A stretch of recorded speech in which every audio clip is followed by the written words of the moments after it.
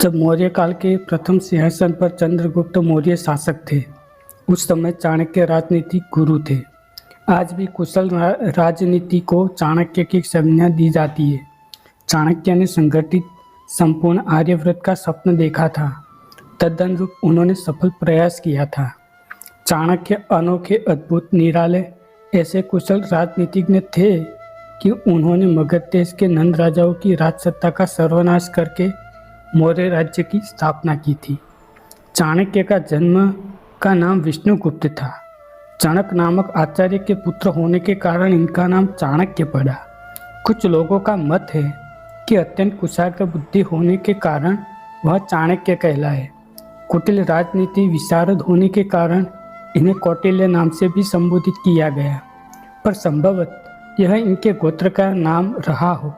किंतु अनेक विद्वानों के मतानुसार कौटिल्य नीति के निर्माता होने के कारण इनका नाम कौटिल्य पड़ा।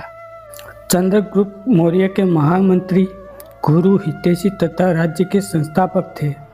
चंद्रगुप्त मौर्य को राजा पद पर प्रतिष्ठित करने का कार्य इन्हीं के बुद्धि कौशल का परिणाम था।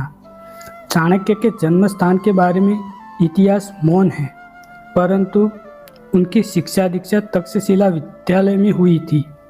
वह स्वभाव से अभिमानी, चारित्रिक एवं विषय दोषों से रहित, स्वरूप से कुरूप, बुद्धि से तीक्ष्ण, इरादे के पक्के, प्रतिभाधनी, युगदृष्टा, जन्म से पाटलिपुत्र के रहने वाले चाणक्य के बुद्धि बल का पूरा विकास तक्षशिला के आचार्यों के संरक्षण में हुआ। अपने प्रौढ़ ज्ञान के प्रभाव से वहाँ के विद्वानों को प्रसन्न कर चाणक्य राजनीति का प्राध्यापक बना। देश की दुर्व्यवस्था को देखकर उसका हृदय द्रवित हो उठा।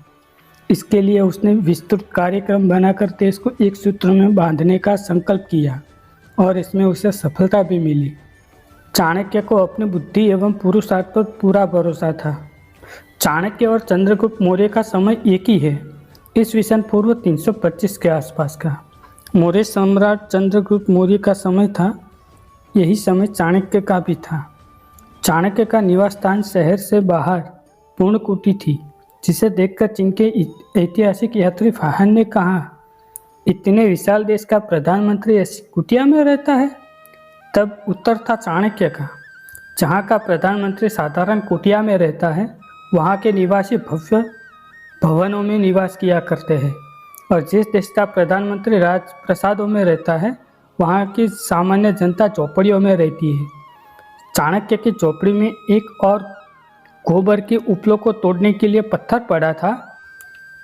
दूसरी ओर शिष्यों द्वारा लाई हुई कुशा का ढेर लगा रहता था। छत पर समिधाएं सूखने के लिए डाली हुई थी, जिसके बाद से छत नीचे झुक गई थी।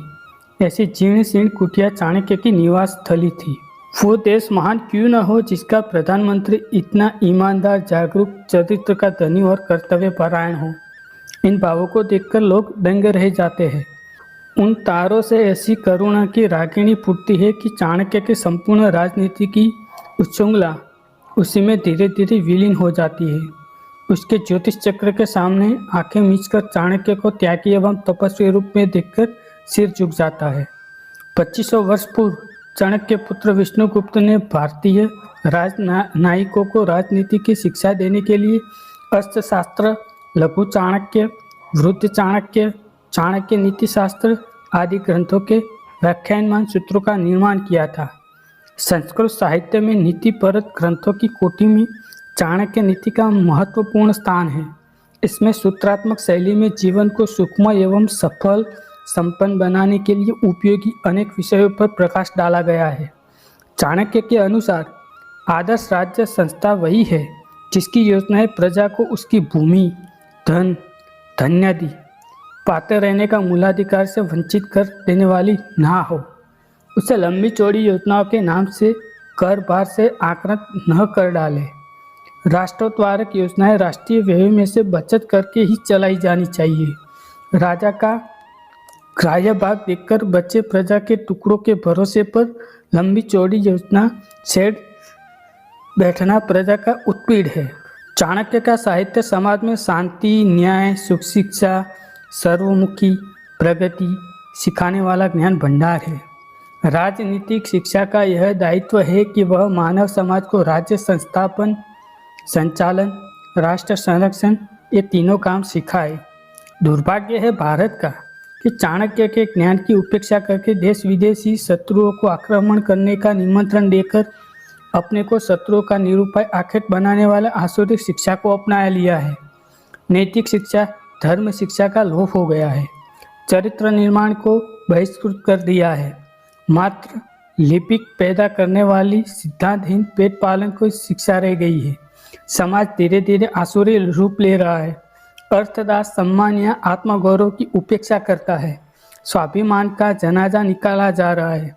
आज के स्वार्थपूरित अज्ञान अंधकार में डूबे शुद्ध स्वार्थी राजनीतिक परिदृश्य में मात्र चाणक्य का ज्ञानामृत ही भारत का प्रदर्शन करने की क्षमता रखता है।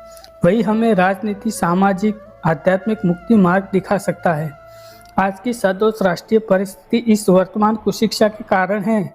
राष्ट्रीय भावना, राष्ट्रहित तथा मनु के आदर्श आज लोप हो चुके हैं। अहंकारी विद्या का ही बोलबाला है। सांस्कृतिक स्वरूप ध्वंस हो चुका है। निष्काम सेवा भाव का दिवाला निकल गया है। प्रभुता लोभी नेतापन की मदिरा में बोरा दिया है। चाणक्य की राजनीति चिंताधारा को समाविष्ट करके ही भारत का उद्धार हो सकता है। इसके अध्ययन परायण से राजनीति की समझ के विकास के साथ साथ व्यक्ति में सच्चा चरित्र, सदाचारी, व्यवहार कुशल एवं धर्मनिष्ठ और कर्मशील मानव के समुचित विकास की पर्याप्त संभावनाएं हैं। इसीलिए चाणक्य नीति आज भी प्रासंगिक है।